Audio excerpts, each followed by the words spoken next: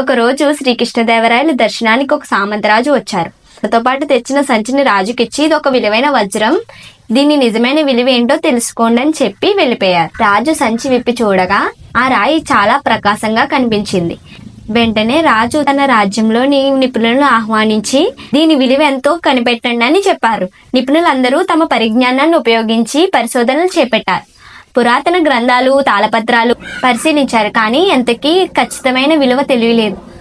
అయితే ఎవరికి ఖచ్చితమైన మూల్యం చెప్పే ధైర్యం లేదు. ఆ సమయంలో సభలోకి ప్రవేశించిన తెనాలి రామకృష్ణ ఇదొక విలువలేని రాయి అని తేల్చి చెప్పాడు. రాయలవారు ఆశ్చర్యపడి దీన్ని నిరూపించు లేదా సభలో క్షమాపణ చెప్పు అని చెప్పారు. అప్పుడు రామలింగుడు అందరినీ ఒక చీకటి గదిలోకి తీసుకువెళ్లి రాయిని ఒక బల్లపై ఉంచాడు. ఇప్పుడు వజ్రం ఎక్కడుందో కనిపెట్టండి అని అన్నాడు. రాయలవారితో సహా ఎవరూ దాన్ని చూడలేకపోయారు. దాంతో రామలింగుడు నిజమైన వజ్రం చీకట్లో కూడా మెరుస్తుంది, కానీ ఇది చీకట్లో వెలుగునివ్వడం లేదు అంటే ఇది వజ్రం కాదని చెప్పాడు. అందరూ ఆశ్చర్యపోయారు. నీ చతురతకు తగ్గ బహుమానం 10,000 వరహాలుగా అందిస్తున్నాను అని ప్రకటించారు. ఈ విధంగా తెనాలి రామకృష్ణుడు అందరి మెప్పును పొందారు.